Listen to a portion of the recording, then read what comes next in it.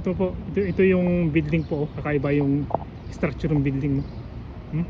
Grabe, no, paliko-liko. Ito po yung event center, yan. Dito po yung sa Adnic. Ito, yan.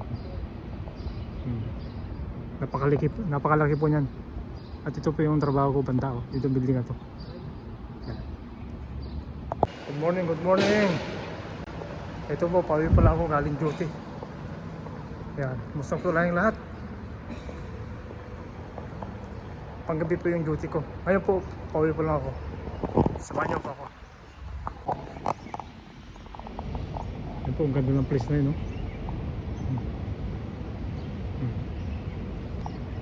Pagaganda rito. Taas ng building. Yan. PJ, this is Adnic area. Ito po yung Adnic area. Ayun, o. Pauwi pa lang. Ngayon po, ito po yung hintayin ng bus. Magabang pa lang yung bus dito. Ito po, yan. Yan. Yan. Ariel, say hi to my vlog. Yan po isang Nepali. Yan, kasama ko sa trabaho.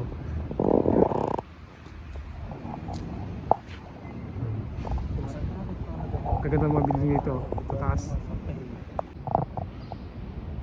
Ito po, ito yung building po, kakaiba yung structure ng building, no? Grabe, no, paliko-liko. Ito po yung event center, yan. Dito po yung sa Adnic. Ito, yan. Napakalaki po niyan. At ito po yung trabaho ko banda, oh, dito building na to. Yan. Guys, nagabang pa akong bus.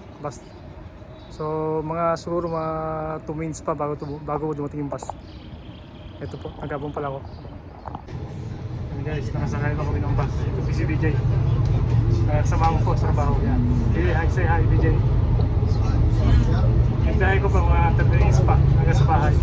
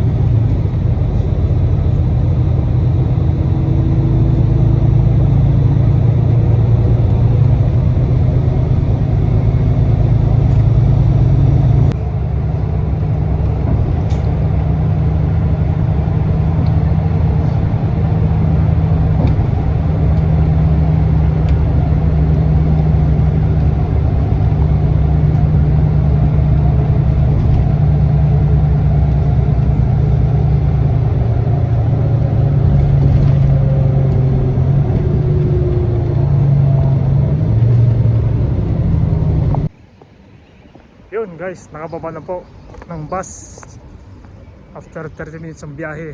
Yan, malapit na po ako sa amin. Pero maglalakad po ako ng mga 5 minutes pa bago po makarating sa amin.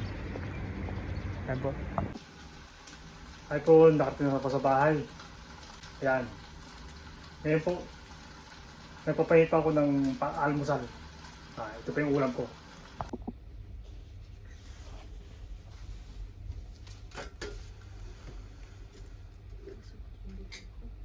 Guys, mag-almusal muna tayo.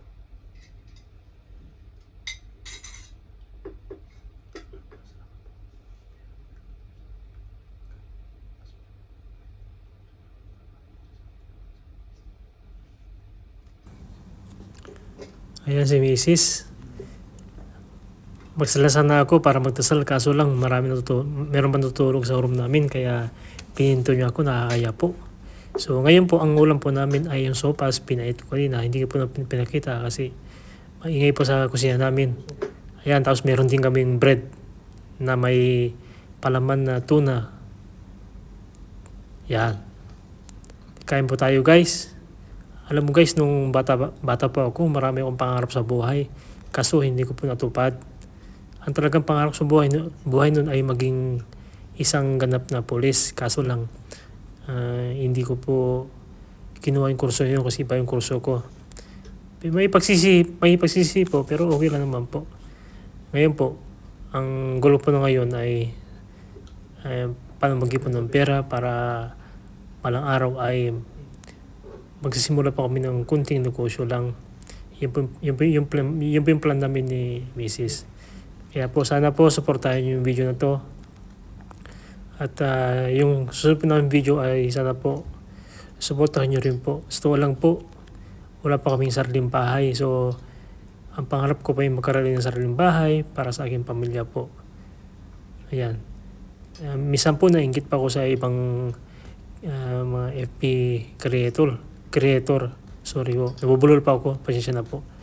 Kaso ganun talaga, kailangan mo magtiyaga at huwag mainggit. At yan po ay ipagdasal po natin na magkaroon sa ng bahay at mabuting pamilya. Sa totoo lang, mahirap yung buhay abroad. Kaso lang, kailangan mo lang magtiis at magtiyaga para sa ating pamilya. Kung patamat-tamat ka, wala mangyayari sa'yo. Kaya ang gawin po natin ay magsipag at magdasal lang. Kaya kami po ay tahimik na kumakain dyan kasi sa bahay po namin natutulog pa. Ang oras po dyan ay umaga pa. Kaya po, nag-voice over na po ako. Sana po, huwag niyo yung kalimutan na i-subscribe sa aking channel po namin. Sana po, supportan niyo po. Maraming salamat po sa lahat, Lord. Maraming salamat po sa nanonood sa aking channel. Maraming salamat po.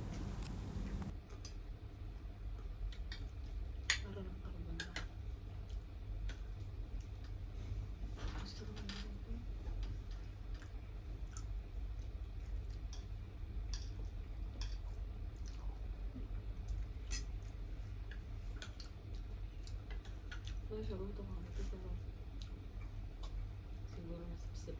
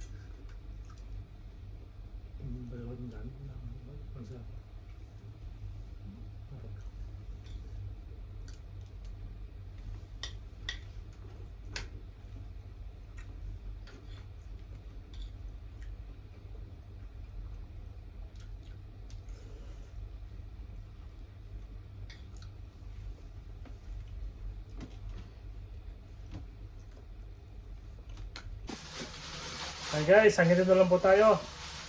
Maraming salamat sa panonood sa aking channel. Sana po, supportahan niyo po. Ito po si Mrs. May sabihin ka? Ha? May sabihin ka? Wala. Sabihin mo, pasalamat eh. Bye. Sana po, patuloy mo supportahan po yung aming channel. Maraming salamat po. Ingat po lahat. God bless all. Bye-bye.